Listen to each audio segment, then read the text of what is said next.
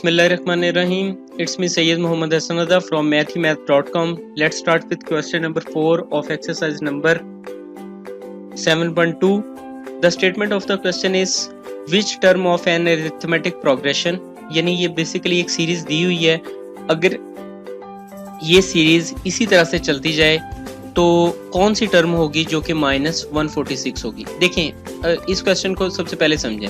इसमें A1 जो है यानी फर्स्ट टर्म जो है वो 6 है, सेकंड टर्म जो है वो 2 है, थर्ड टर्म जो है वो -2 है।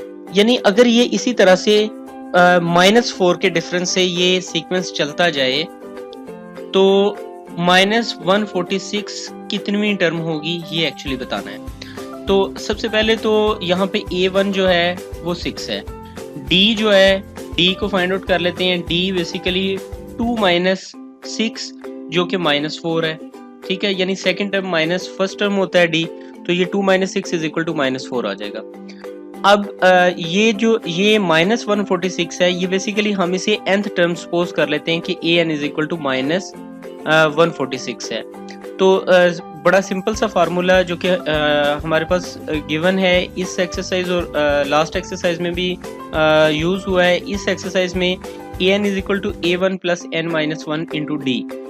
an जो है वो है -146, तो ये -146 आ गया। a1 जो है वो 6 है, a1 को 6 यहाँ आप सब्स्टिट्यूट करें। यहाँ पे n - 1 n जो है वो फाइंड आउट करना है, -1 × d जो है वो -4 है। अब नेक्स्ट क्या होगा, ये -146 है, यहाँ पे ये 6 जो है ये प्लस की वैल्यू है, यानी 6 प्लस क्या है, ये जिस वक्त इक्वल साइन के दूसरी साइड पर जाएगा तो ये माइनस में आ जाएगा, यानी कि -146 - 6 = -4 × n - 1। ओके, नेक्स्ट ये जो है ये -146 - 6 -152 आ जाएगा, जो कि -4 × n - 1 आ गया। अब ये माइनस साइन से रिडक्ट हो गया, तो सिंपल क्या आया, n - 1 यानी 4 × n - 1 = 152।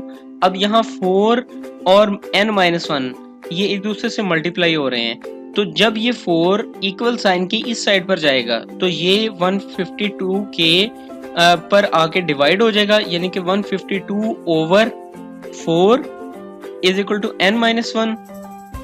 That will actually return 38, यानी आप इसे सिंपल कैलकुलेट करके देख लें, ये 38 आ जाएगा, यानी n - 1 = 38 आ जाएगा। सो n = ये माइनस की वैल्यू है, यानी -1 ये इक्वल साइन के दूसरी साइड पर जाएगा तो ये +1 आ जाएगा। सो n = 39, यानी कि अगर ये सीक्वेंस बिल्कुल इसी तरह से चलता जाए तो 39वीं टर्म जो होगी ये -146 आपको रिटर्न कर देगी। अगर आपको किसी भी जगह पर कोई प्रॉब्लम है तो आप हमसे कांटेक्ट करें, इंशाल्लाह हम ट्राई करेंगे कि आपकी क्वेरीज को इन टाइम जो है वो रिस्पॉन्स दे सकें। Thank you very much.